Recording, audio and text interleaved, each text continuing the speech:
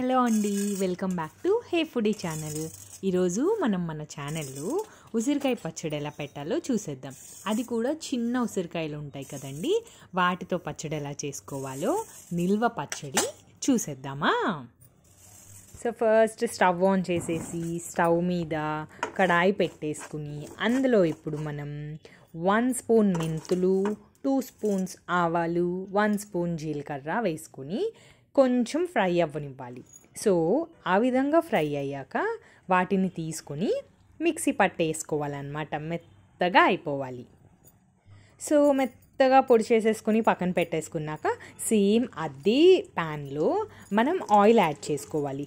Oil వచ్చేసి నువ్వుల నూనె కానీ పప్పుల నూనె కానీ వేరుశెనగ గుళ్ళ నూనె అయితేనే టేస్ట్ ఉంటుంది. నార్మల్ ఆయిల్ కన్నా ఇదైతేనే మనకి పచ్చళ్ళకి టేస్ట్ అనేది ఉంటుందండి.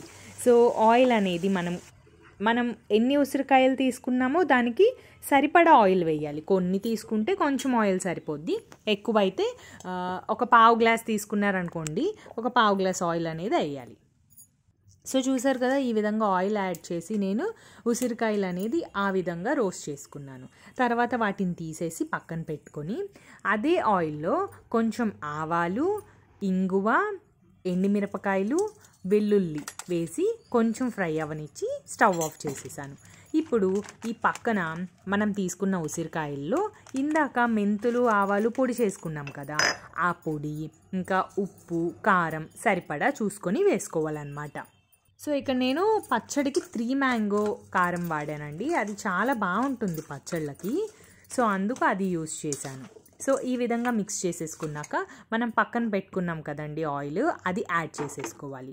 యాడ్ చేసేసుకుని మనము దీన్ని ఒక 2 days ఉంచుకుంటే దగ్గరగా అయిపోద్ది. సో చాలు ఇలాగా అనుకున్న వాళ్ళు ఇది ఒక ప్రాసెస్ అండి. దీనిలో లెమన్ యాడ్ చేసేసుకుని చల్లారాక పక్కన పెట్టుకోవాలి. లేదు చింతపండు యాడ్ చేసుకుంటాము అని అనుకునే వాళ్ళు ఏం చేయాలంటే, సో చూసారు కదా, ఈ విధంగా చింతపండు నేను హాట్ వాటర్లో నానబెట్టి మిక్సీ పట్టేసి సో ఈ పక్కన కొంచెం ఒక ఉడుకు రానిచ్చానండి. సో కొంచెం దగ్గరగా ఉడికాక సో ఆ పేస్ట్ని చూసారు కదండి, ఆ విధంగా కలర్ మారి అలాగా దగ్గరగా అయ్యాక దాన్ని నేను ఇందులో యాడ్ చేసేసాను.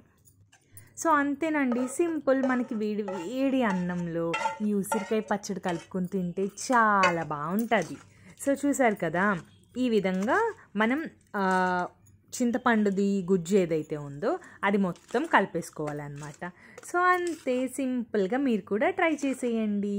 Thank you for watching this video. Please like, share, subscribe.